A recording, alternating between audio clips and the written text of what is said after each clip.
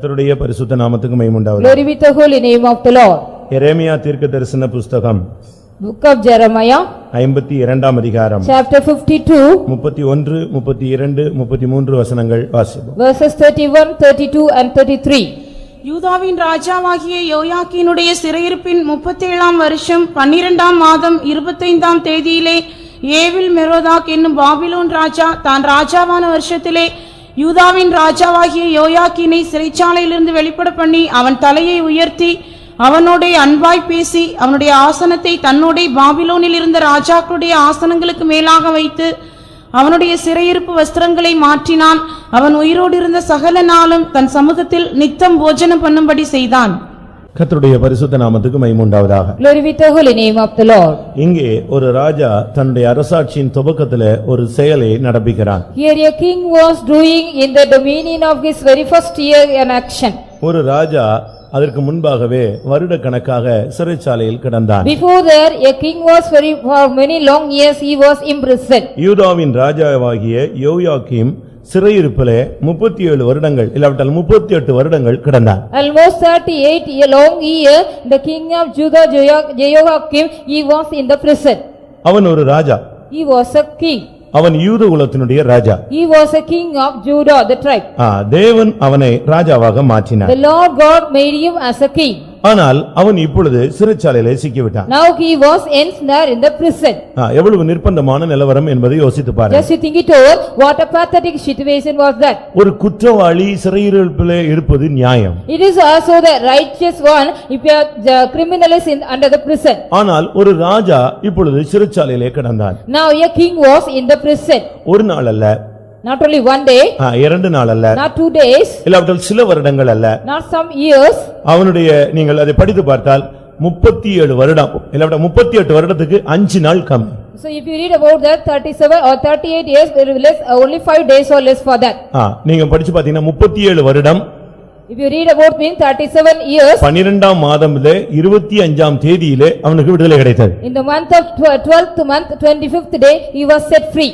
அப்பனா 5 நாள் தான் கம்மி, 38 வருடம் அவன் சிறைச்சாலையில கடந்த ஒரு ஆள். Almost he was in the prison for 38 years, only very 5 days were less for that. இவன் 18 வயதில இவன் சிறைச்சாலைக்கு போன ஒரு ஆள். At the age of 18 he was gone to the prison. யோசிச்சு பாருங்க. Just you think it over. வாழ்க்கையில அவனுடைய வாழ்க்கை எப்படி அமைஞ்சிருச்சுன்னு பாருங்க. See in his life how was his life set over. பிரியமானவர்களே, உங்களுடைய வாழ்க்கையோடு இவனுடைய வாழ்க்கையை ஒப்பிட்டு பார்த்தால் நம்முடைய வாழ்க்கையை விட அவன் மிகவும் தாழ்ந்த நிலவரத்தில் இருந்திருக்கிறான். Beloved, if you also compare his life with your life, his life was so superior, inferior to us. அவன் மிகவும் தாழ்ந்து போன ஒரு நிலவரத்தில் இருந்தான். He was in the degraded life of him. அவனுடைய வாழ்நாள் எப்படி அமைந்தது? How was his life was set for him? பிரியமானவர்களே, இன்றைக்கு நீங்கள் இந்த வசனத்தை கேட்கும் பொழுது உங்களை தேவன் எவ்வளவு மேன்மையாய் வைத்திருக்கிறார் என்பதை நீங்கள் சிந்தித்து பாருங்க. Beloved, when you hear this message, the Lord, you got to just think it over, how the Lord has set you great. வேதம் சொல்லுகிறது 18 வயதிலே அவன் ராஜாவானான். The scripture mentioned at the age of 18 he became a king. அவன் ஆளுகை செஞ்சது 100 நாள். Only for 100 days he was just he was ruling that. யோசிச்சு பாருங்க. Just think it over. 18 வயசுல ராஜாவாகிறான், 100 நாள் ஆட்சி செய்றான், 100வது நாள் பிடிபட்டு ஜெயிலுக்கு போறான், 56வது வயதுல அவனுக்கு விடுதலை கிடைக்கிறது. He became a king at the age of 18. He was just ruling for 100 days. On the day of 100 he was captured. He went into the prison and he was till the age of 56 he was in the prison. மனைவி, பிள்ளைகள், குடும்பம், கோத்திரம் ஒண்ணுமே கிடையாது.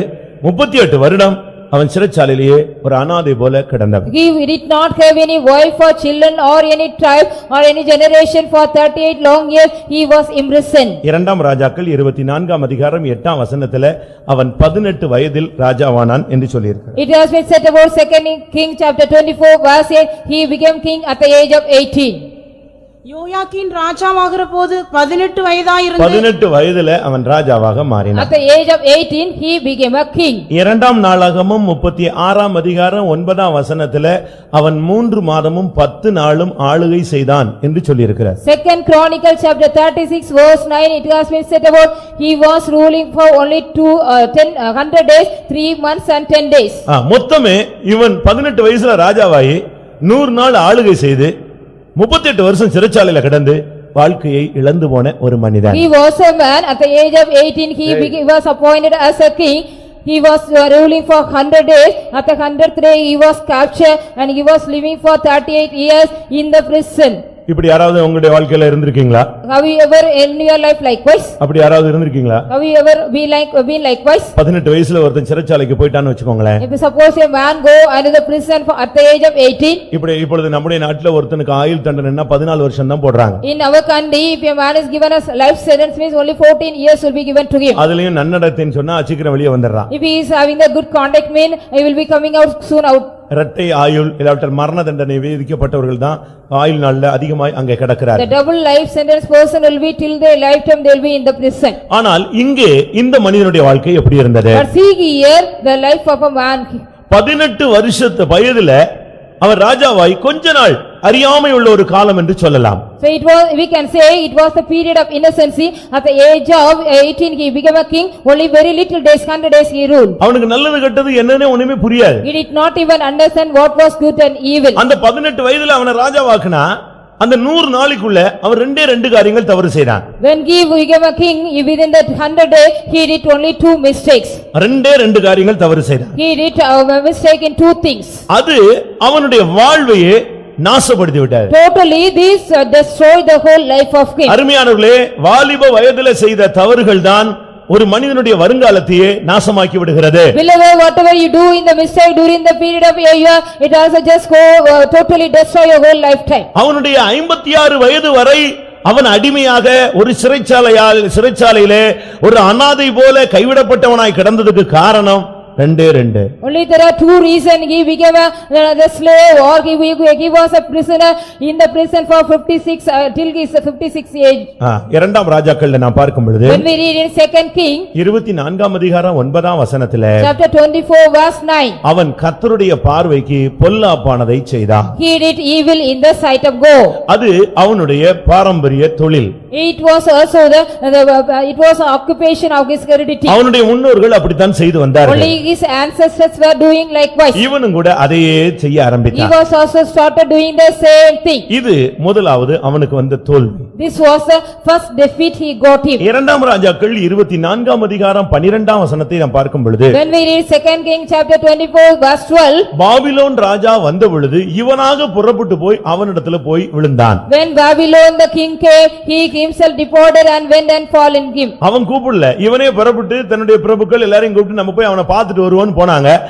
அவனை பிடித்து கொண்டான். He did not invite him. When he came, he himself went with all the princes of him. When he captured him. எவ்வளவு நிர்பந்தமான நிலவரம்னு யோசிச்சு பாருங்க. See what a pathetic situation was there. ஒன்று, கர்த்தருடைய பார்வைக்கு நீ பொல்லாப்பானதை செய்தால் உன்னுடைய வருங்காலம் அழிவை நோக்கி போகிறது. One thing, if you also do evil in the sight of the law, your future will be going into destruction. இரண்டாவது, அவன் பாபிலோன் ராஜாவை அவனே தேடி போய் அவனிடத்தில் மாட்டிக்கொண்டான். Secondly, he himself went sought about the king of Babylon and he ensnared with him. Babylon உலகத்தின் அதிபதியை காண்பிக்கிறது. Babylon shows the prince of this world. இல்லாவிட்டால் பாவத்தின் உச்சகட்டத்தை Or காண்பிக்கிறது. he shows about the peak of the sin. இல்லாவிட்டால் உலக இச்சையை Or காண்பிக்கிறது. he shows about the lust of the world. இல்லாவிட்டால் குழப்பத்தை காண்பிக்கிறது. Or he shows about the confusion.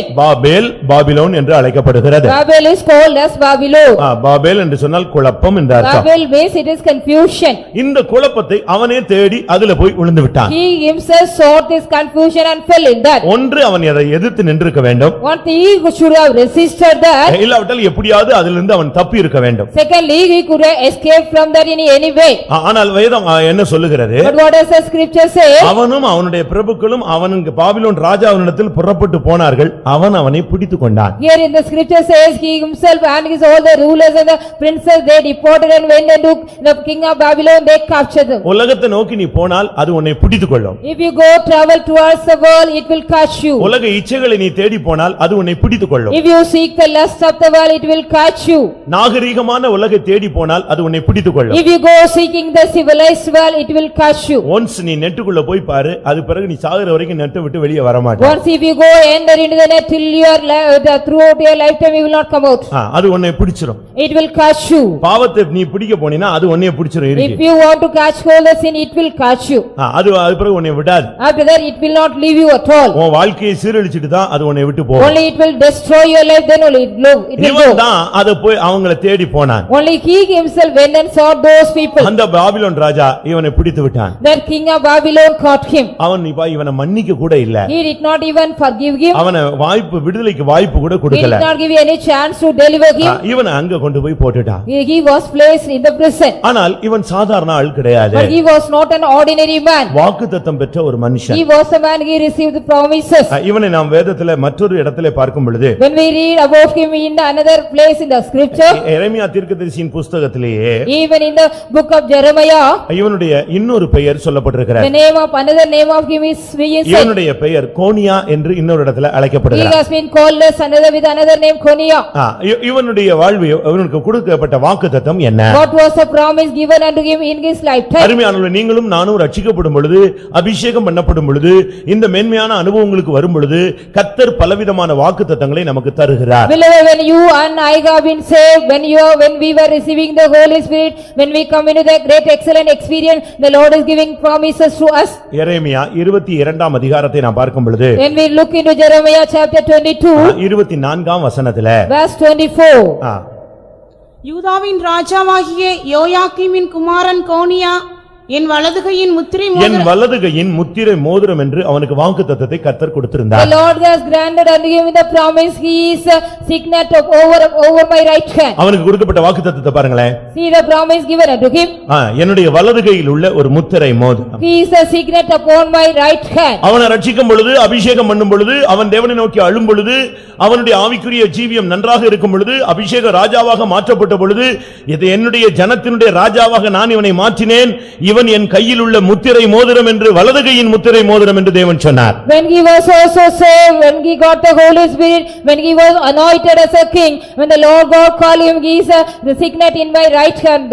ஆனால் இப்பொழுது என்ன நடந்தது? But now what happened? பிரியமானவர்களே, உங்களுக்கும் கூட சில வாக்குத்தத்தங்களை கர்த்தர் கொடுத்திருப்பார். Beloved, too, unto you also the Lord might have granted some promises. வாக்குத்தத்தங்களை நிறைவேற்ற தேவன் உண்மையுள்ளவர். The Lord God is faithful to carry out the promises. இன்றைக்கு உங்களிலே அந்த வாக்குத்தத்தங்கள் நிறைவேறி இருக்கிறதா? Today how the promises have been carried out in your life. இன்றைக்கு அநேகருடைய ஜீவியத்தில் இந்த வாக்குத்தத்தம் நிறைவேறவில்லை. In many people's life these promises have not been carried out. அதற்கு பதிலாக ஜட்ஜ்மென்ட் வந்து கொண்டே இருக்கிறது. Instead of that they are going on receiving the judgment after அடி மேல that. அடி விழுந்து கொண்டே They இருக்கிறது. are getting the blows upon blows. எழும்ப முயற்சித்தும் திரும்பவும் எழும்ப முடியவில்லை. They wanted to get up even though they cannot even get up again. விடுதலையை வாஞ்சித்தும் விடுதலை கிடைக்கவில்லை. They are desiring the deliverance, they are not even getting the deliverance at all. முன்னேற்றத்தையும் செழிப்பையும் தேடி முன்னேற்றமும் செழிப்பும் எட்டாக்கனியாக போய்விட்டது. Even they are wanting the development as well as the progress, it is like the fruit which cannot they reach. அருமையானவர்களே, உங்களுக்கு எந்த விதமான தெய்வீகமான ஆசீர்வாதமான நிறைவான வாக்குத்தத்தங்கள் உங்களுக்கு கிடைத்திருந்தாலும்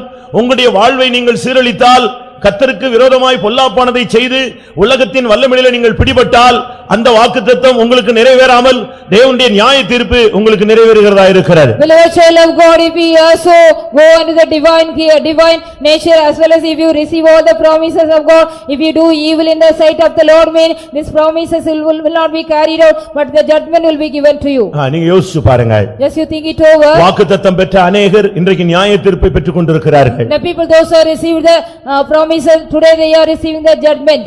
எரேமியா 22:24 நாம் முழுவதுமாக வாசிப்போம். Let us read Jeremiah 22:24. யூதாவின் ராஜாவாகிய யோயாக்கீமின் குமாரன் கோனியா என் வலதுகையின் முத்திரை மோதிரமாயிருந்தாலும் அதிலிருந்து உன்னை கழற்றி எறிந்து போடுவேன் என்று என் ஜீவனைக் கொண்டு சொல்லுகிறேன் என்று கர்த்தர் சொல்லுகிறார். என் கையிலே வலதுகையிலே முத்திரை மோதிரமாய் வைத்திருந்த நான் உன்னை என்னுடைய கையிலிருந்து கலற்றி எறிந்து விடுவேன்னு கர்த்தர் சொல்றார். The Lord says, I have kept you as a signet upon my right hand, I will pluck it and throw you.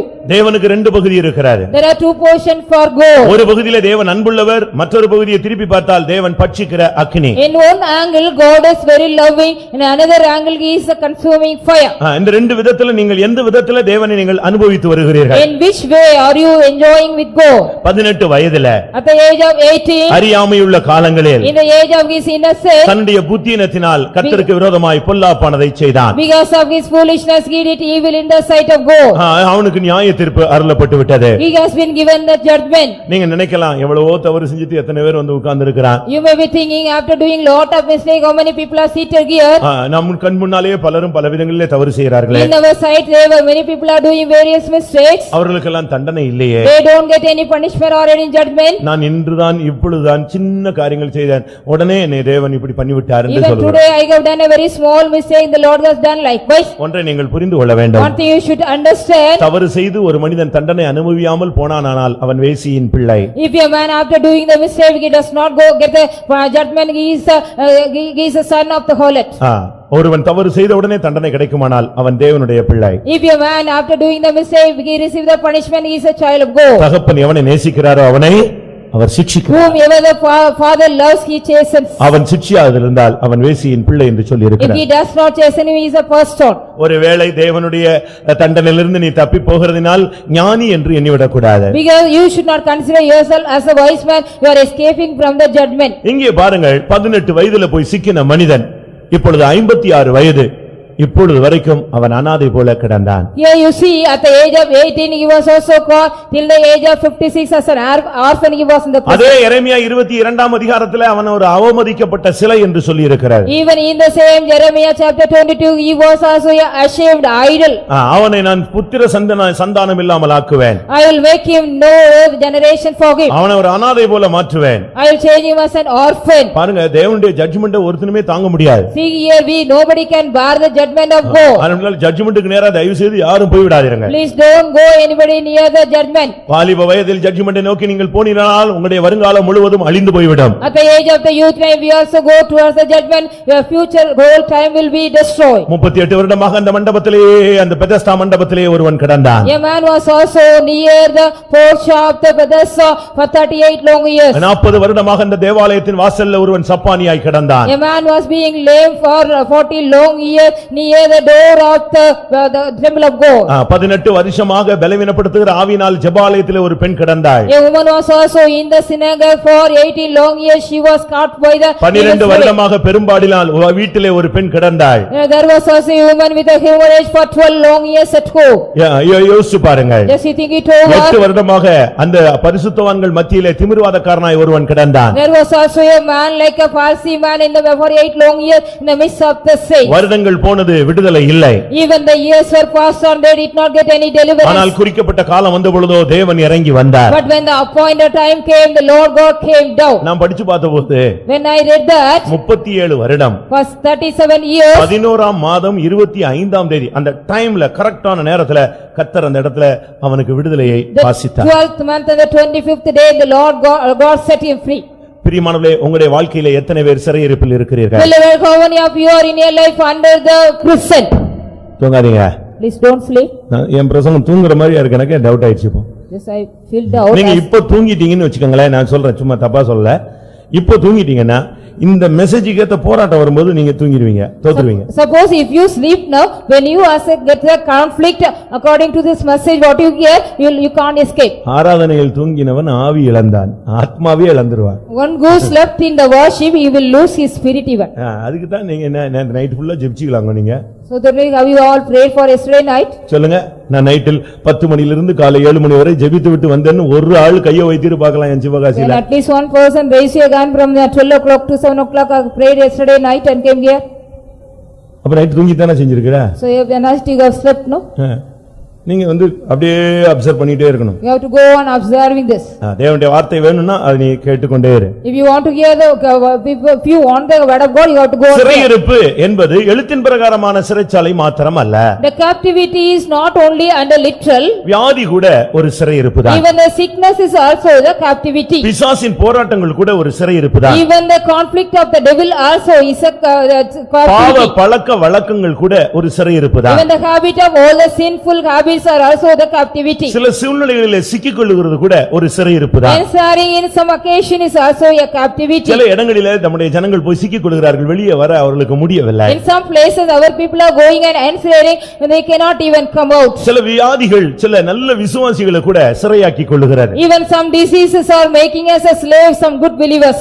எப்படி இருக்குன்னு யோசிச்சு பாருங்க. Now it would be just think it over. நீங்கள் ஏதாவது சிறையிருப்பிலே சிக்கி இருக்கிறீர்களா? Have you ever caught into any captivity? வியாதி, பாவம், பிசாசு, சூழ்நிலை, கெட்ட பழக்க வழக்கங்கள், இப்படிப்பட்ட சிறையிருப்பில யாராவது சிக்கி இருக்கிறீர்களா? Have you ever ensnared in the captivity like the sin or the devil or any evil conduct of you, characters of you? 18 வருடமா அந்த பெண்ணை அந்த ஆவி பலவீனப்படுத்துற ஆவி அப்படியே கண்ட்ரோல் பண்ணிடுச்சு. For 18 long years the spirit of infirmity was controlling that woman. அவ daily கோயிலுக்கு தான் வந்திருந்தா. Every day she attended the church. கூன் தான். And she was a bent woman. கூனி கோயிலுக்கு வந்து உட்கார்ந்துருவா. Even with a bent back she used to come to the church of God. ஆனாலும் அந்த அந்த சிறையிருப்பில இருந்து அவளுக்கு விடுதலை கிடைக்கல. Even though she did not get any deliverance from the captivity of that. நீங்க யோசிச்சு பாருங்க, இந்த யோயாக்கீன் 38 வருடம் அப்படியே ஒரு அனாதை போல அவனை யாருமே வெளியே எடுக்கல, யாரும் அவனை வெளியே கொண்டு வரதுக்கு முயற்சியும் எடுக்கல. Like an orphan, Jehoiakim he was also for 36 years he was under the captivity. 38 years he was under the captivity. அவனை வந்து யாருமே வெளியே கொண்டு வரல. None of them brought him out. அவனை பிடிச்சிட்டு வந்த ராஜா வெளியே கொண்டு வரல. The king one who caught him he did not bring him out. அடுத்த செகண்ட் நேபுகாத்நேச்சார்னு ஒருத்தர் வந்தான், அவனும் கூட இவனை வெளியே கொண்டு There வரல. was another king, the second Nebuchadnezzar, he did not bring him out. இவன் சிறைச்சாலையிலேயே கிடக்குறான். He was only in the prison. அவனுக்கு வெளியே கொண்டு வர்றதுக்கு அவங்க தாய் தகப்பன் யாருமே கிடையாது, எல்லாமே செத்து போயிட்டாங்க. அவங்க எல்லாம் எங்கேயோ இருக்காங்க, அழிஞ்சு போயிட்டாங்க. அவனை வெளியே எடுக்கிறதுக்கு யாருமே உதவி செய்யவில்லை. Nobody was helping to brought him out. The parents of him they have died away, they were somewhere. அவனுக்கு நண்பர்கள் அவனை வெளியே எடுக்க முடியல. His friends were not able to brought him out. எத்தனையோ கைதிகள் வருவார்கள்.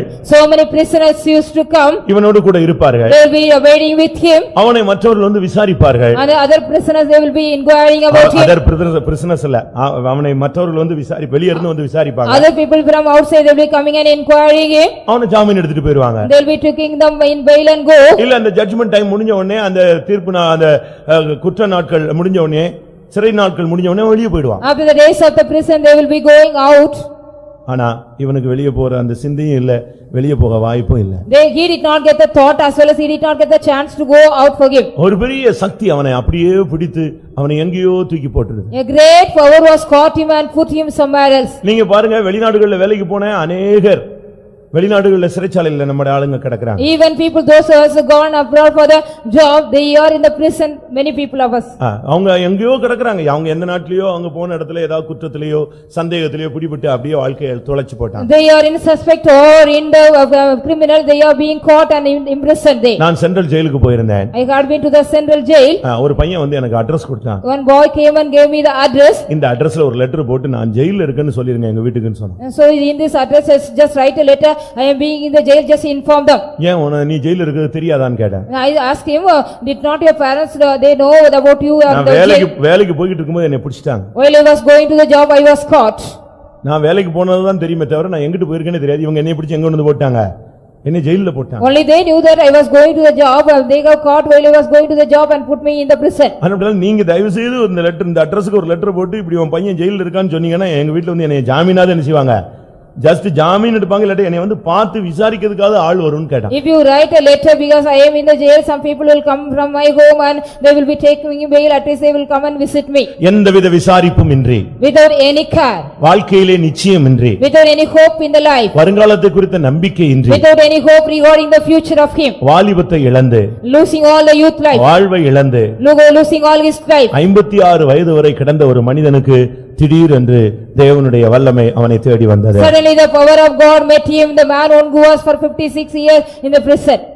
ஒருவேளை நீ என்றைக்கோ செய்த தவறுக்கு சில வியாதி வந்திருக்கலாம். Perhaps you might have done the mistake some days, other you might have got some sickness. என்றைக்கோ நீ செய்த தவறுக்கு சில ஜட்ஜ்மென்ட் You வந்திருக்கலாம். might have got some judgment because you might have done the mistake some days ago. என்றைக்கோ நீ செய்த தவறுக்கு உனக்கு ஒரு நியாய தீர்ப்பு கொடுக்கப்பட்டிருக்கும். And some judgment may be given and you for the mistake you might have done some days ago. தெரிஞ்சோ தெரியாமலோ நீ செய்திருப்பாய். With knowledge or without knowledge you might have done that. அறிந்தோ அறியாமலோ எதிலையோ நீ சிக்கி இருப்பாய். Without knowing or unknowingly you might have answered something. ஆனால் பிசாசு உன்னை வகையாய் பிடித்துக் கொண்டான். But the devil also caught you correctly. நீங்க அந்த வசனம் மட்டும் படிங்களேன். Please read that word. 2 ராஜாக்கள் 24 அதிகாரம் 12 வசனத்தில் அவன் புறப்பட்டு போனான், அவனை பிடித்துக் கொண்டான். 2 King 24:12.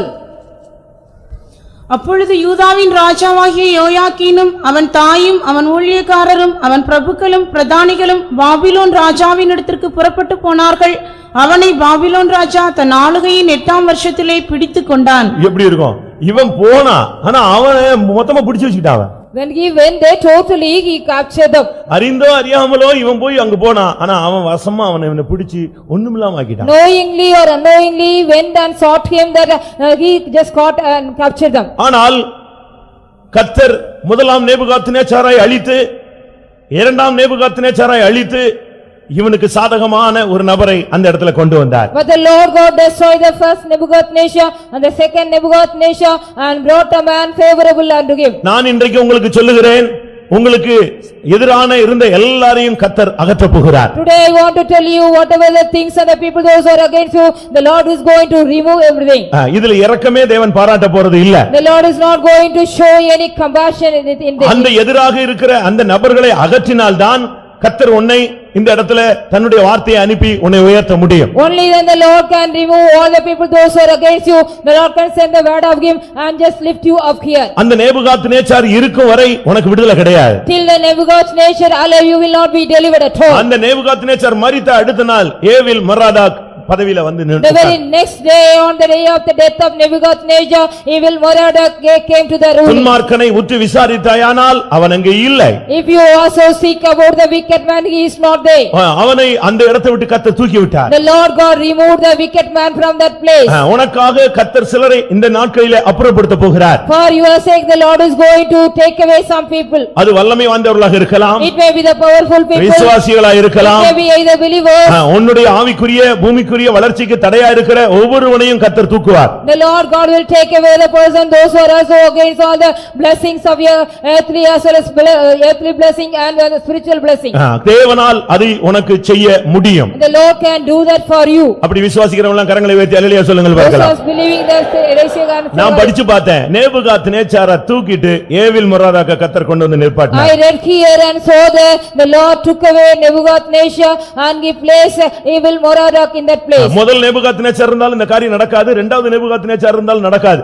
கர்த்தர் பார்த்தார், டைம் கொடுத்து பார்த்தார், ரெண்டு பேரும் சரியில்லை, ரெண்டு பேரும் எடுத்துட்டார். The Lord gave time to the first Nebuchadnezzar and the second Nebuchadnezzar, they did not go, so the Lord killed them.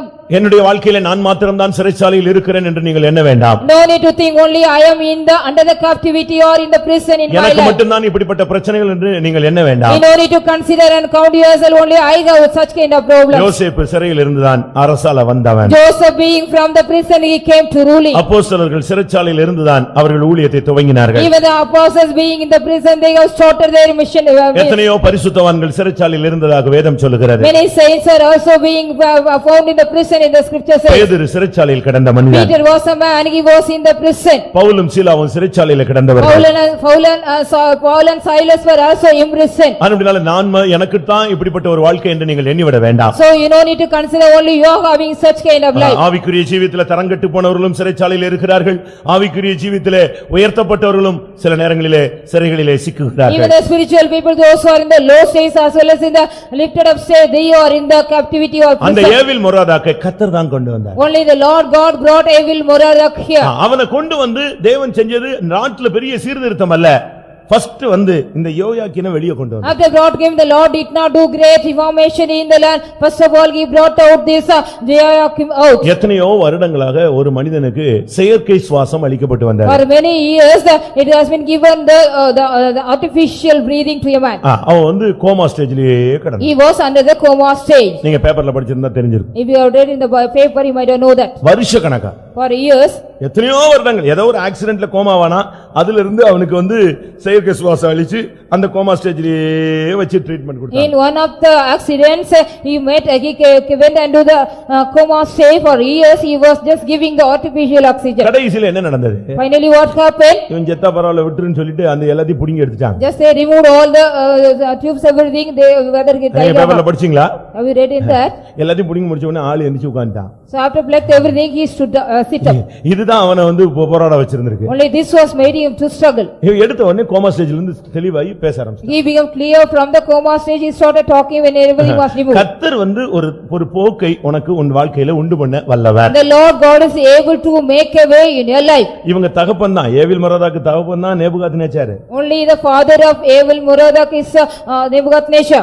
ஆனா அவங்கெல்லாம் செய்யாத ஒரு காரியத்தை கர்த்தர் ஒரு ஆளை கொண்டு வந்து செய்ய வைத்தார். But whatever they did not do, the Lord God brought a man and did that. வேலை ஸ்தலங்கள்ல எதிர்ப்புகளை சந்திக்கிறீர்களா? Do you meet opposition in the workplace of you? பிசினஸ்ல போட்டியை சந்திக்கிறீர்களா? Do you meet rival in the business of you? ஊழியங்கள்ல எதிர்ப்புகளை சந்திக்கிறீர்களா? Do you meet all the opposition in ஊழியத்துல ministry?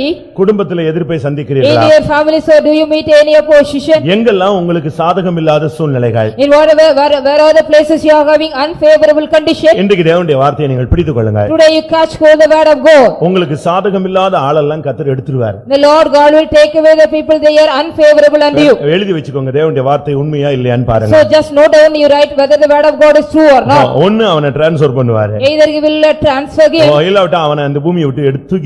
or he will take away from the world. அந்த நேபுகாத்நேச்சாரை எடுத்து விட்டு ஏவில் மரோதாக்கை கொண்டு வந்து நிப்பாட்டினார். The Lord God took away Nebuchadnezzar and brought back the Evil Merodach. ஏவில் மரோதாக்கு வந்த உடனே என்ன செஞ்சான் தெரியுமா? Evil Merodach, after he came, what he did, you know? அவன் சிங்காசனத்துல போய் உட்கார்ந்தானோ இல்லையோ தெரியாது, முதல்ல வந்த உடனே இந்த யோயாக்கீனை சிறைச்சாலையில இருந்து வெளியே கொண்டு வான்னு சொன்னான். Whether he sat on the throne or not, first of all when he came, he wanted to bring out the Joachim out of the இந்த prison. அனாதை போல கிடக்கிற இந்த மனிதனை நோக்கி அவன் தேடி வந்தான். He also came seeking the man who was like an orphan in the prison. அருமையானவர்களே, உங்களுடைய வாழ்க்கையில நீங்கள் ஒருவேளை கைவிடப்பட்ட ஒரு சூழ்நிலையில நீங்கள் காணப்படலாம். Wherever you may be in your life, in the condition you have been forsaken in the life. விசாரிப்பற்ற நிலவரத்தில் நீ காணப்படலாம். You may be in the condition nobody care of you. என்ன என்று கேட்க கூட நாதி இல்லையே என்று நீ You எண்ணிக்கொண்டிருக்கலாம். may be thinking no one is approaching me and inquiring me. ஆனால் out. தேவன் உன்னை விசாரிக்கும்படியாக ஒரு சூழ்நிலையை உருவாக்குவார். But the Lord God will create a situation to inquire you. யாருமே விசாரிக்காமல்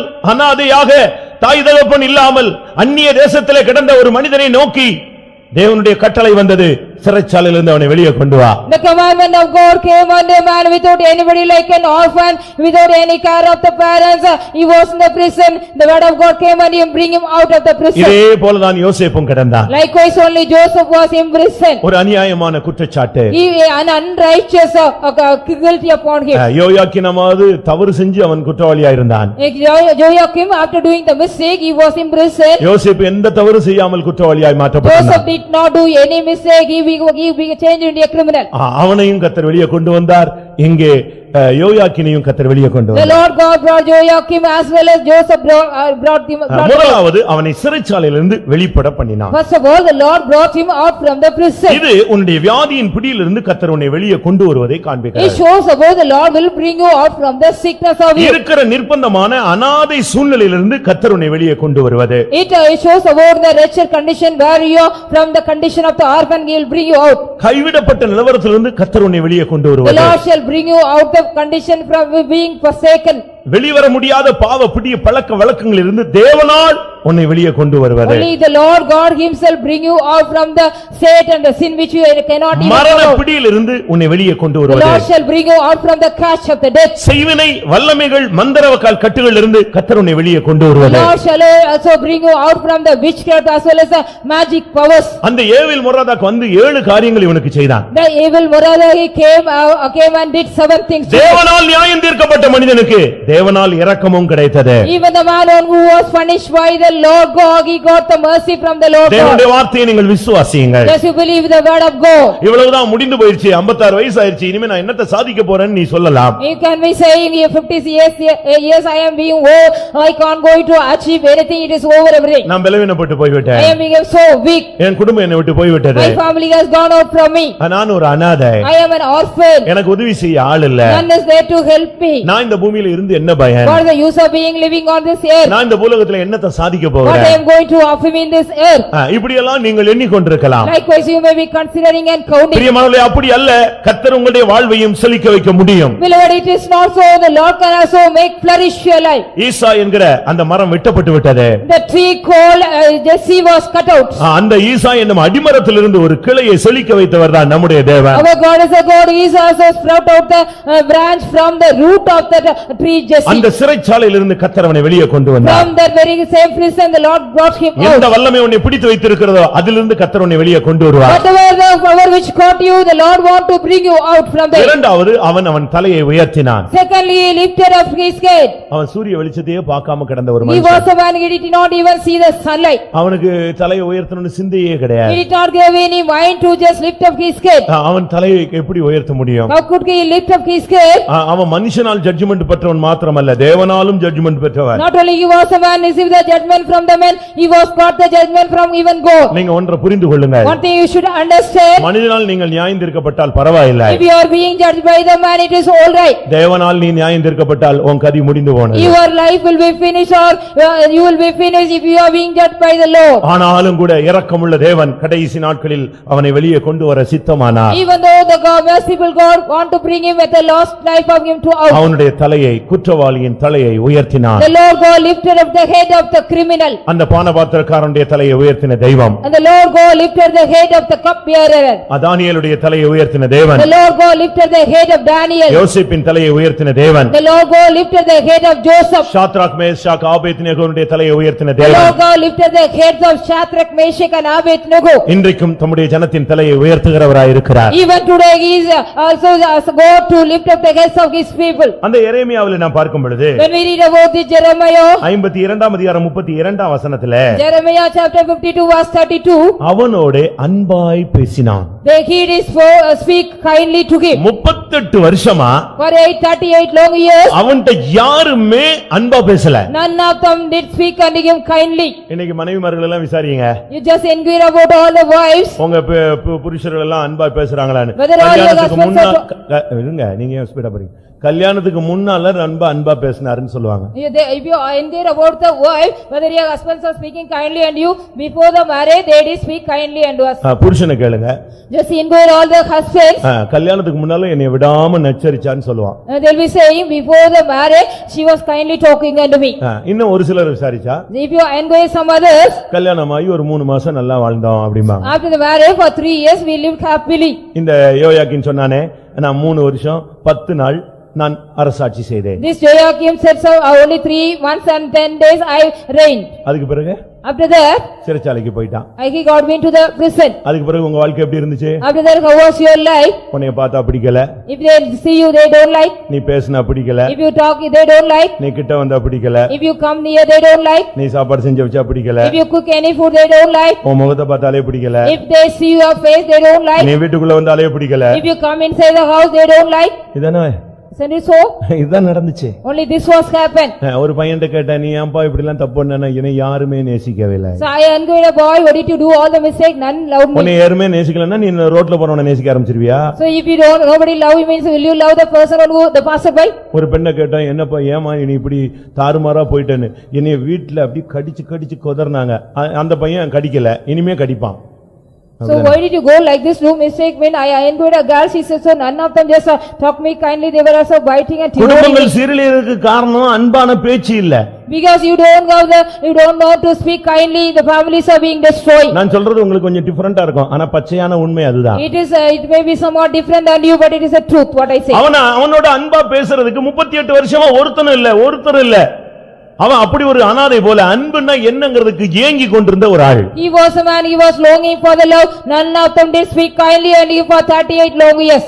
இன்னைக்கு பிள்ளைகளை கேளுங்க, பேரண்ட்ஸ் பிள்ளைங்க கெட்டு போயிடக்கூடாதுன்ட்டு இவங்க போலீஸ் மாதிரி இருப்பாங்க.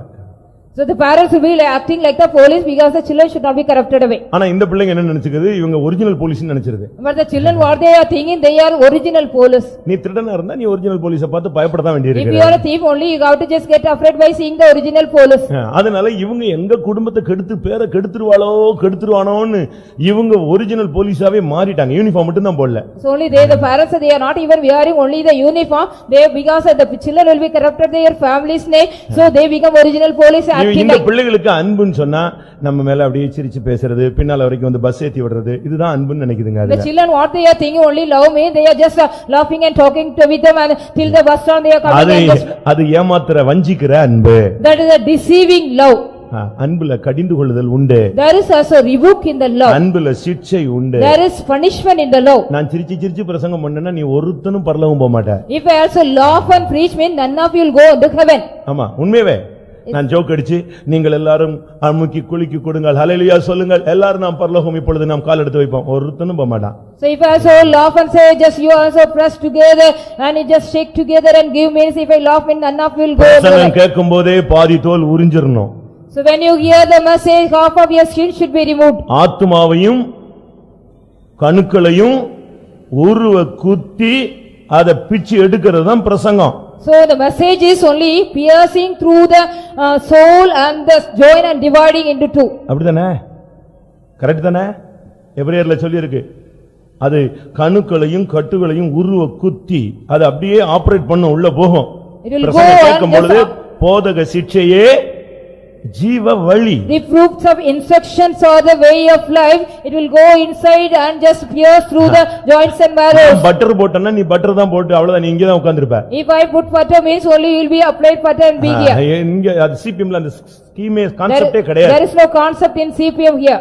அந்த சாஃப்ட்வேர்ல அந்த டிஸ்கே கிடையாது அந்த ஸ்கீமே கிடையாது. There is no scheme or disk in this software. நீ இருந்தால் இரு போனால் போய் கொண்டே இரு. Either you be here want to be here or go. இப்படி தான் நாங்க பேசி பழகி இருக்கோம். Only we have the practice of speaking likewise.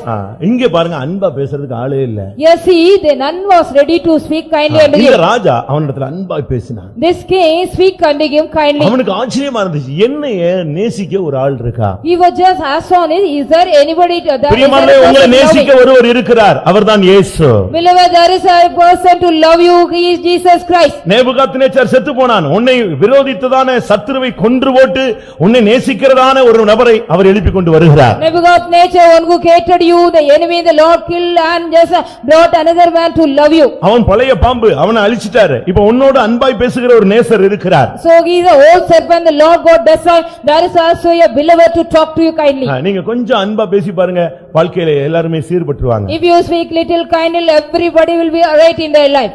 ஒரு சிலர் அன்பை வந்து தவறா பயன்படுத்திக் கொள்வார்கள். Some people are making use the love wrongly. நீங்க எப்படி இருக்கிறீங்க? How are you?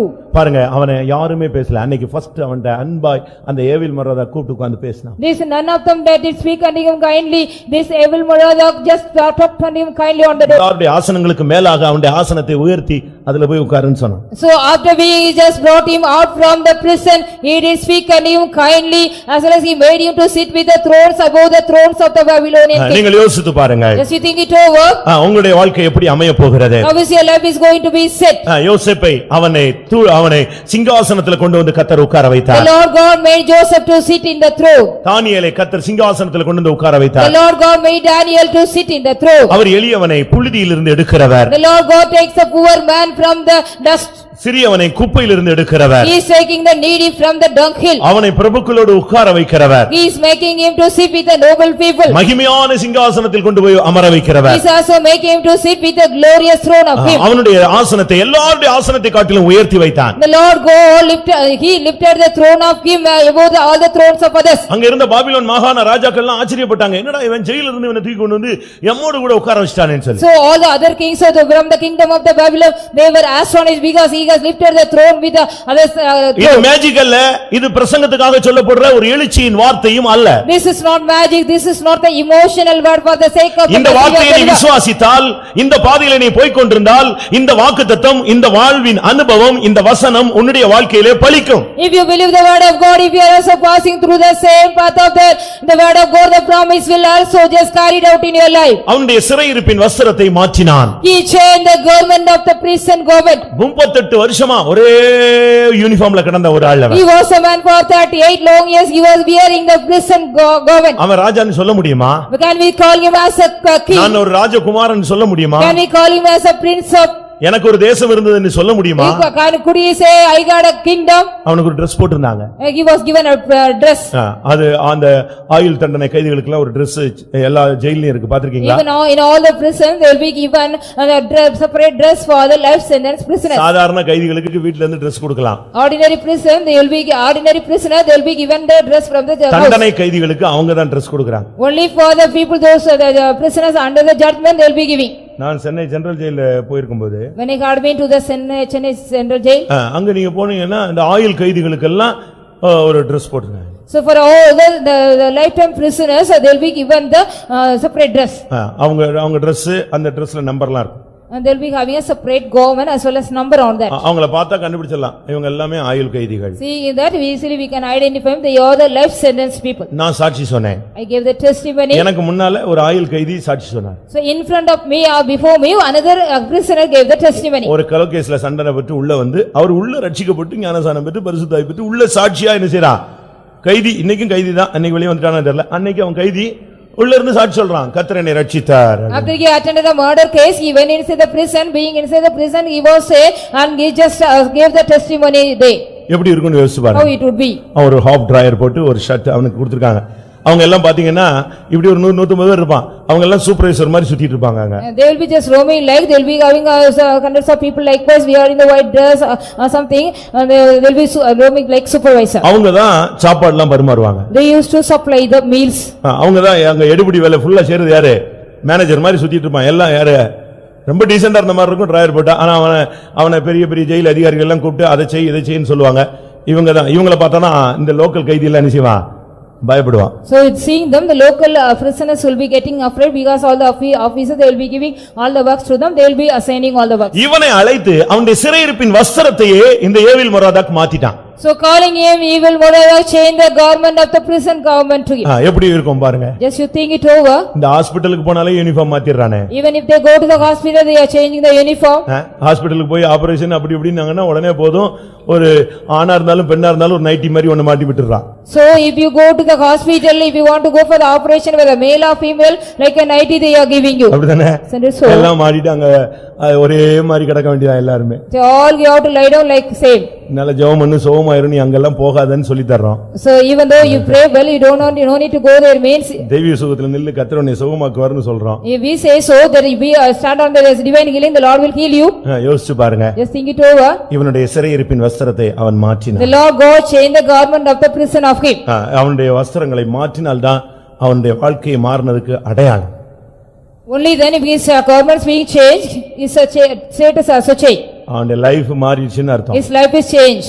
யோசேப்பினுடைய வஸ்திரம் மாற்றப்பட்டது. The garment of Joseph was changed. ஆதியாகமம் 41:14 பார்க்கும் பொழுது When we read Genesis 41:14, யோசேப்பை உடனே அழைத்து கொண்டு வந்து அவனுடைய வஸ்திரங்களை மாற்றினார்கள். immediately Joseph was being called and changed the garment of him. பிரதான ஆசாரியனாகிய யோசுவா அழுக்கு வஸ்திரம் தரித்தவனாக கர்த்தருக்கு முன்பாக நின்றான். The high priest Joshua, he was standing and wearing the filthy dress in front of God. சாத்தான் அவனை தீங்கு செய்ய அவனுக்கு வலது பக்கத்திலே நின்றான். The Satan was standing in the right side of him to do evil. சிறையிருப்பின் வஸ்திரம் இருந்தால் சாத்தான் உன் பக்கத்துல நின்று கொண்டே இருப்பான். If you are having the dress of the captivity, the Satan will be standing beside you. தோல்வியிலிருந்து வெளியே வந்தாலும் தோல்வியின் சுவடு உனக்கு இருக்கக்கூடாது. Even though if you come out from the failure, you should not have the heat of the failure. சிறைச்சாலையிலிருந்து நீ வெளியே வந்தாலும் சிறைச்சாலை வஸ்திரம் உன் மேல இருக்கக்கூடாது. Even though if you come out from the prison, you should not have the garment of the prison in you. அடுத்து ஆறாவது அவனுக்கு என்ன செய்தான் தெரியுமா? 6:3 what he did unto him, you know.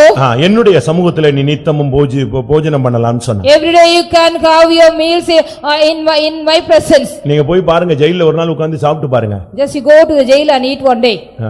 உங்களுக்கு சாப்பாடு எப்படி கொடுக்கறான்னு பாருங்க. So how they are supplying the meals to you, see. அத கரெக்ட்டா இத்தனை கிராம்னு நினைச்சுவான் அளந்து கொடுப்பான். They will be measuring this much gram they will be giving. ஒரு சிலருக்கு கொஞ்சம் வசதி உள்ளவங்க வெளிய இருந்து சாப்பாடு வரும். For some well of people they will be getting meals from outside. நான் ஜெயில்ல சொன்னனே சாட்சி சொல்ல போயிருந்தபோது, So when we got me to the central jail to give the testimony, முடிஞ்ச உடனே நம்முடைய சபை சார்புல பிரியாணி வழங்கப்படும்னு சொன்னாங்க. At the end of that, on behalf of our church we are going to supply you the biryani. அந்த ஜெயில்ல இருந்தவெல்லாம் ஆளுக்கு ஒரு அலுமினிய பிளேட்டை தூக்கிட்டு ஒருத்தனை தள்ளிட்டு வந்து விழுந்து வரிசையில எழுந்திட்டான். பிளேட்டை பிடிச்சு நிக்கிறான். All the prisoners, those who were in the jail, they were also pushing each other, having the aluminum plate, they were standing in the queue. ஸ்டேஜை ஒட்டி ஒரு பெரிய கயிறு கட்டிருந்தாங்க. There was also a big rope tied near the stage. இப்பொழுது உங்களுக்கு பிரியாணி வழங்கப்படும். Now the biryani பாருங்க, அந்த ஒரு நேர சாப்பாட்டுக்கு அவன் அந்த அலுமினிய பிளேட்டை தூக்கிட்டு ஓடி வரான் பாருங்க, திட்டு திட்டு திட்டு திட்டுன்னு ஓடி வரான். அவன் பிளேட்டை போய் ரூம்ல இருந்து தூக்கிட்டு ஓடி வரான். So for one time meal, they were also just carrying the plate, their plate from their room and coming here. யோசிச்சு பாருங்க. Just think it over. நான் ஸ்டேஜ்ல நின்னு அழுதுட்டேன். ஐயோ கர்த்தாவே, யார் பெத்த பிள்ளையோ ஒரு நேர சாப்பாட்டுக்கு என்ன செய்றான், இப்படி அலமோதுறானே உள்ள கடந்து. Being on the stage, I just cried over by seeing those conditions. நம்ம யோசிச்சு பாருங்க. Just you think it over. வீட்ல சாப்பாடு அப்படி கொட்டுறோம், Yes, we are throwing the meals out. வெளிய தூக்கி எறிறோம். We are wasting that out. வேண்டாம் எனக்குன்னு ஸ்ட்ரைக் பண்றோம். We are striking that no need any meals. வீட்ல ஸ்ட்ரைக் பண்ணிட்டு வெளிய போய் சாப்பிட்டு வந்துறான். So we are striking at home and going out and eating. என்னெல்லாமோ பண்றான், தில்லு முள்ளு வேலைங்க. They are all doing all the mischief. இன்னைக்கு சாப்பாடு எவ்வளவு அலட்சியம் பண்றோம் தெரியுமா? How much you are despising the meals, you know. உங்க வீடுகள்ல நீங்க வேஸ்ட் பண்ற சாப்பாடை ஒரு ஏழைக்கு கொடுத்தா அவன் ஒரு 4 நாள் நல்லா உட்கார்ந்து சூடு பண்ணி சாப்பிடுவான். Whatever the meals you are wasting in your house, if you give to the poor people meal, they will be. நம்ம ஆளு இது கெட்டு பூசணம் பத்து நான் குப்பையில போடுவேனே தவிர ஒரு ஏழைக்கு கூட நினைச்ச மாட்டேன், கொடுக்கவே மாட்டேன். But our people are saying, I will not give in to any poor, even though it wastes, and I will put it in the dust. Even மினிஸ்ட்ரியிலும் சேம் கான்செப்ட் தான். Even in the ministry, it is the same concept is applied. அவங்க வந்து waste தான் பண்ணுவாங்களே தவிர யாரும் கொடுக்க மாட்டாங்க. They will be only wasting, they will not give to any.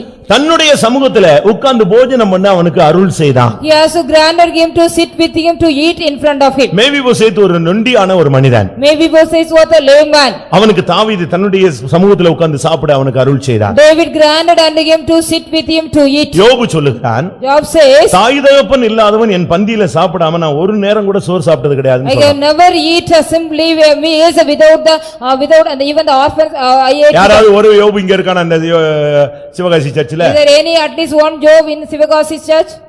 Mrs Job இருப்பாங்க. Mr. Job will be. ஆனா ஜோபு இருக்கானா? But Mr. Job is here. ஒரு யோபு இருக்கானா? தாய் தகப்பன் இல்லாதவன் என் பந்தியிலே புசியாமல் நான் ஒருவனாய் என்றைக்காவது நான் ஆகாரத்தை புசித்ததுண்டா? வாசிங்க அந்த வசனம். யோபுல அவங்க சொல்றான் பாருங்க, அநாத பிள்ளைங்க என் கூட சாப்பிடாம நான் ஒரு நாள் கூட சாப்பிட்டது கிடையாது. 30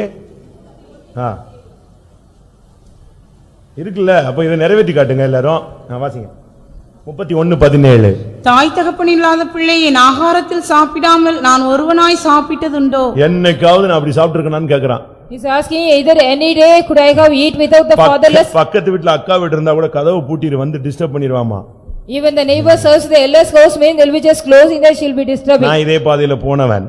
I have also gone through the same path. Once upon a time நானும் இப்படி போயிருக்கேன். Once upon a time I have also gone through the same path. இப்படி எல்லாம் ஒதுக்கப்பட்டவனா இருந்தேன். I was also a man rejected. யோசிச்சு பாருங்க. Just to think it over. அப்படிப்பட்ட ஒரு ஆளாக இருந்த அனாதை போல கிடந்த மனுஷனை இவன் தன்னுடைய போஜனத்துல வந்து உட்கார்ந்து சாப்பிடுன்னு சொன்னான். Such kind of man, he was also did not have anything, he was like an orphan, he made him to sit with him on his table. காணியாட்சிக்கு புறம்பான நம்மை ராபோஜனத்துல கொண்டு வந்து பங்கெடுக்க வைக்கிறார். The Lord God, may we were also strangers of the commonwealth, made him to eat with the நித்திய communion. ஜீவனுக்கு பங்காளியா நம்மை மாற்ற வைக்கிறார். He is making us a partakers of the everlasting life. நம்மில் எத்தனை பேர் அந்த கர்த்தருடைய பந்தியை சரியான விதத்துல பயன்படுத்துறோம்? How many of us are using correctly the communion? அந்த கால் இல்லாத மேவிபோசேத் அந்த தாவீதோடு போஜனம் பண்ணினான். The lame Mephibosheth he ate with David.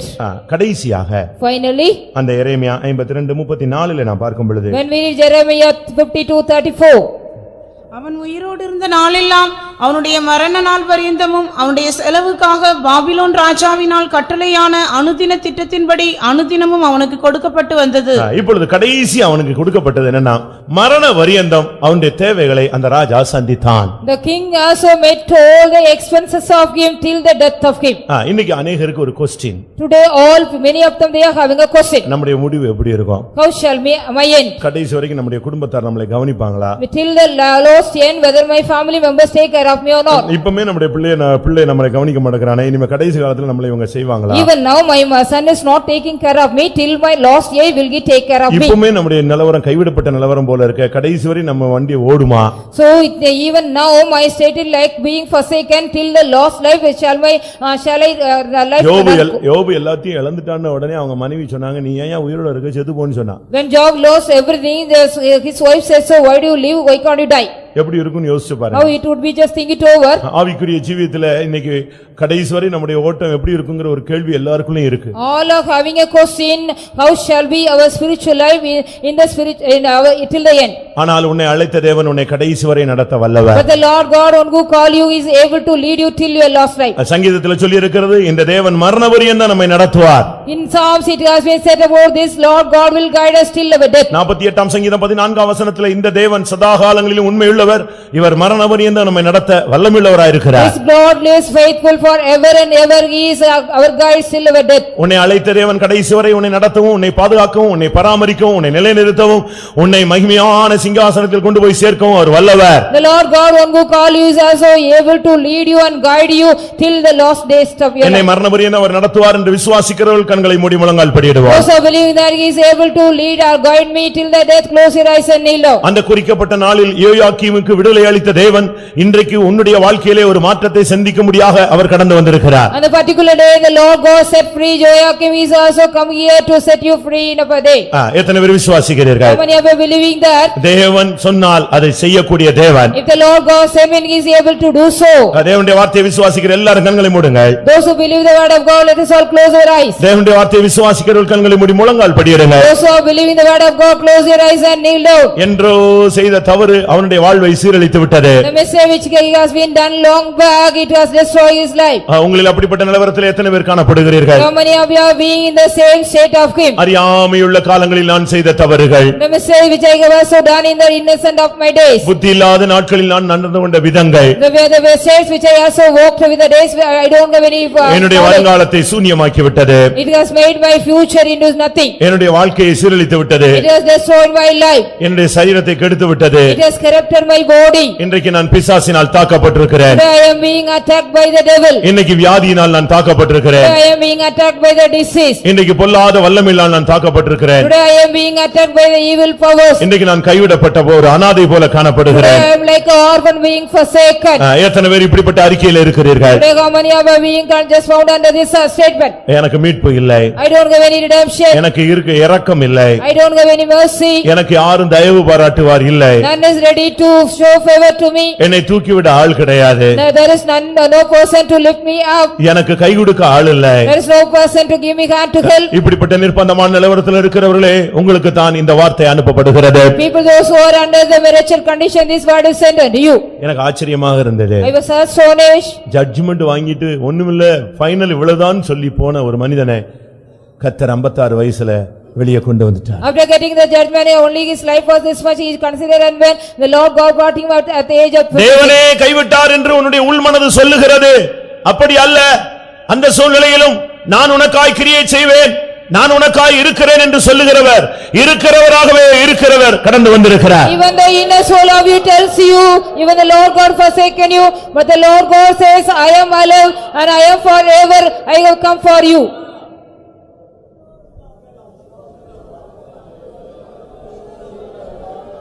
மரித்தேன், சதா காலங்களில் நான் உனக்காக ஜீவிக்கிறேன்.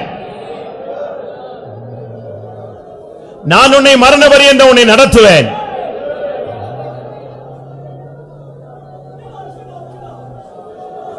நீ அனாதை அல்ல.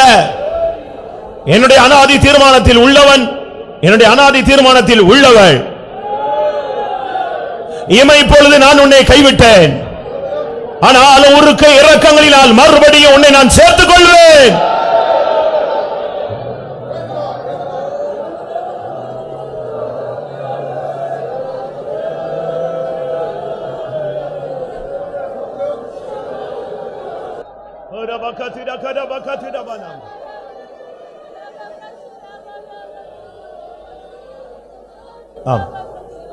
என்றைக்கோ நான் செய்த தவறுக்கு எனக்கு இவ்வளவு பெரிய கொடிய தண்டனையா?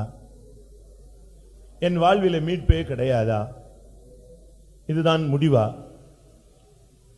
என்ற கேள்வி உனக்கு பல நாள் எழும்பிக் கொண்டிருந்தது.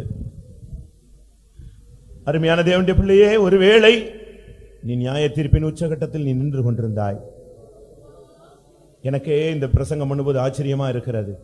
நான் அவனை கலட்டி தூக்கி எறிந்து விடுவேன், அவன் புத்திர சந்தானமற்றவன், அவனை நான் அனாதையாக்குவேன் எல்லாம் சொல்லிட்டு கடைசி நேரத்தில் நான் இரக்கமுள்ள தேவன்கிறத நிரூபிக்கிறதுக்கு அவனை வெளியே கொண்டு வந்து விட்டார். ஆமென். இன்றைக்கும் அதே இரக்கமுள்ள தேவனுடைய வார்த்தை உன்னை நோக்கி வருகிறது. ஓ, உன் பிள்ளையை நோக்கி தேவனுடைய இரக்கத்தின் கரம் நீட்டப்படுகிறது.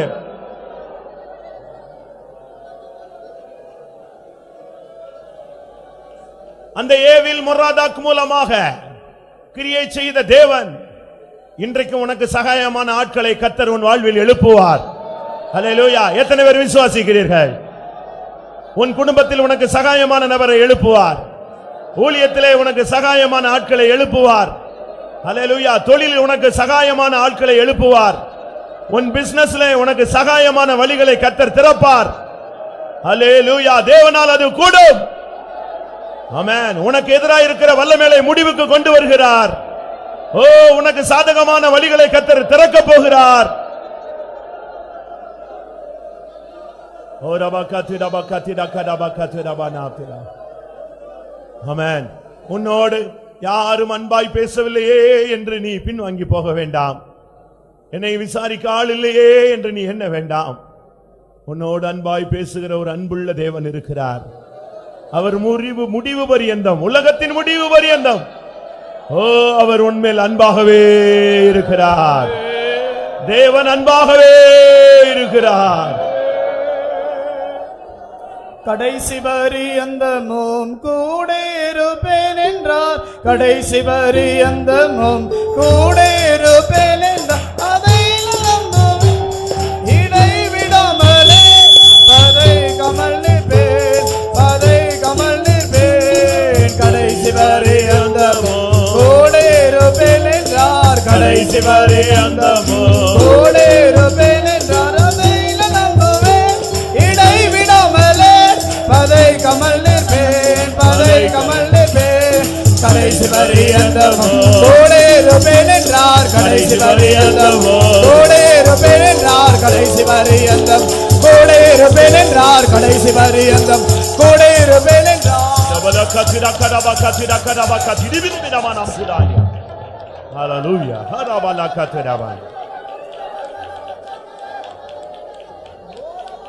ஆமென். உன் சூழ்நிலையை மாற்ற அவரால் முடியும். உன் தலையை உயர்த்த அவரால் முடியும். எல்லா ஆசனங்களுக்கும் மேலாக உன்னுடைய ஆசனத்தை உயர்த்த அவருக்கு முடியும். உன் சிறைச்சாலை வஸ்திரத்தை மாற்ற அவருக்கு முடியும். ஹல்லேலூயா, ஹல்லேலூயா. உன்னை போஷிக்க அவருக்கு வல்லமை உண்டு.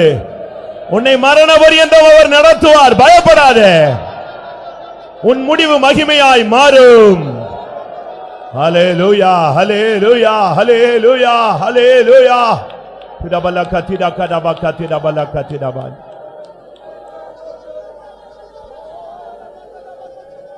கடைசி பரியந்தமோ கூட இருப்பேன் என்றார். கடைசி பரியந்தமோ கூட இருப்பேன் என்றார். அதை நம்புவேன், இடைவிடாமலே பதை கமல் நிற்பேன், பதை கமல் நிற்பேன். கடைசி பரியந்தமோ கூட இருப்பேன் என்றார். கடைசி பரியந்தம் கூட இருப்பேன் என்றார். கடைசி பரியந்தம் கூட இருப்பேன் என்றார். கடைசி பரியந்தம் கூட இருப்பேன் என்றார். கடைசி பரியந்தம் கூட இருப்பேன் என்றார். ஹல்லேலூயா.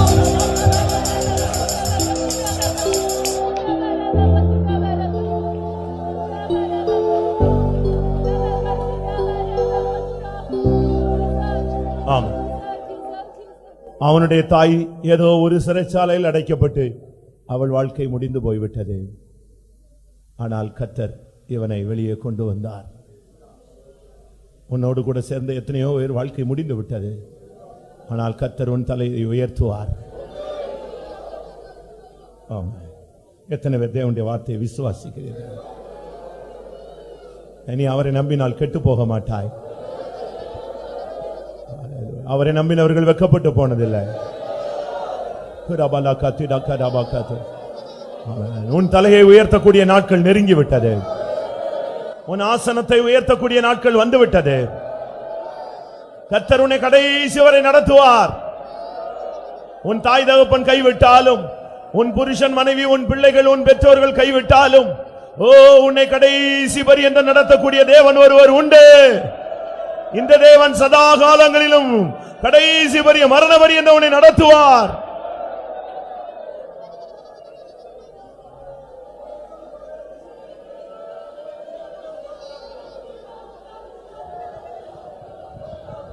ஓரபாலா கஷலம். நான் விசுவாசிப்புரிந்தறிவேன் என்னை படைத்திட்டு அவர் கரத்தில். நான் விசுவாசிப்புரிந்தறிவேன் என்னை படைத்திட்டேன் அவர் கரத்தில்.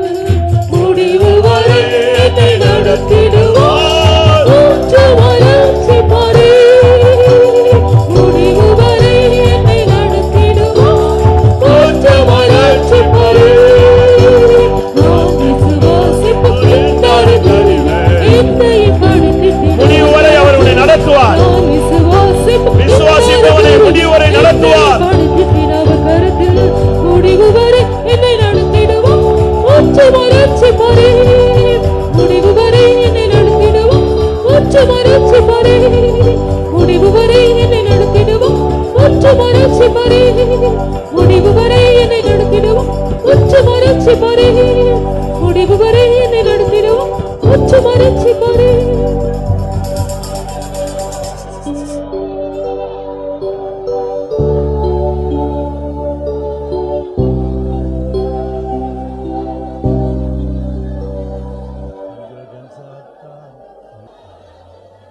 ஆமென். சூழ்நிலைகளை மாற்றக்கூடிய தேவன், நம்பிக்கையற்ற நிலவரத்திலே துளிர்க்க வைக்கக்கூடிய தேவன், இருள் நிறைந்த இடங்களிலே வெளிச்சத்தை பிரகாசிக்க செய்கிற தேவன், அவர் நம்முடைய மத்தியிலே வெளிப்பட்ட தயவுக்காய் ஸ்தோத்திரம் பண்ணுவோம். ஸ்தோத்திரம் ஸ்தோத்திரம் ஸ்தோத்திரம் ஸ்தோத்திரம் ஸ்தோத்திரம் ஸ்தோத்திரம். Praise the Lord, praise the Lord, praise the Lord, praise the Lord, praise the Lord, praise the Lord, praise the Lord, praise the Lord. நியாயத்தீர்ப்பின் முடிவை நோக்கி போய்க்கொண்டிருந்த மனிதனை தேவன் தன்னுடைய இரக்கத்தினால் சகாயத்தை அனுப்பி வெளியே கொண்டு வந்தார். அதற்காக ஸ்தோத்திரம் பண்ணுவோம். இன்றைக்கும் அந்த தேவன் ஜீவிக்கிறார். அதற்காக ஸ்தோத்திரம் பண்ணுவோம். இந்த காலை வேளையிலே யோயாக்கீனை போல இருந்தவர்களை கர்த்தர் மீட்கும்படியாக தம்முடைய வசனத்தை அனுப்பி கொண்டிருந்தபடினாலே ஸ்தோத்திரம் பண்ணுவோம். சிறையிருப்பை மாற்ற அவர் வல்லமை உள்ளவர். அதற்காக ஸ்தோத்திரம் பண்ணுவோம். ஸ்தோத்திரம் ஸ்தோத்திரம் ஸ்தோத்திரம். இந்த தேவன் மரண பரியந்தம் நம்ம நடத்த வல்லவர். அவருடைய கரத்திலே ஒப்பு கொடுத்து ஸ்தோத்திரம் பண்ணுவோம். தன்னிடத்தில் ஒப்பு கொடுத்தவர்களை கடைசி நாள் வரை காத்து தன்னை சந்திக்க வைக்க போகிறார். அதற்காக ஸ்தோத்திரம் பண்ணுவோம். அந்த நாளுக்கென்று எல்லாரையும் தகுதிப்படுத்த முடியாது. ஸ்தோத்திரம் பண்ணுவோம். பிதா குமாரன் பரிசுத்த ஆவியானவருக்காக ஸ்தோத்திரம் பண்ணுவோம். எல்லா துதிக்க மகிமை அவருக்கு செலுத்தி ஸ்தோத்திரம் பண்ணுவோம்.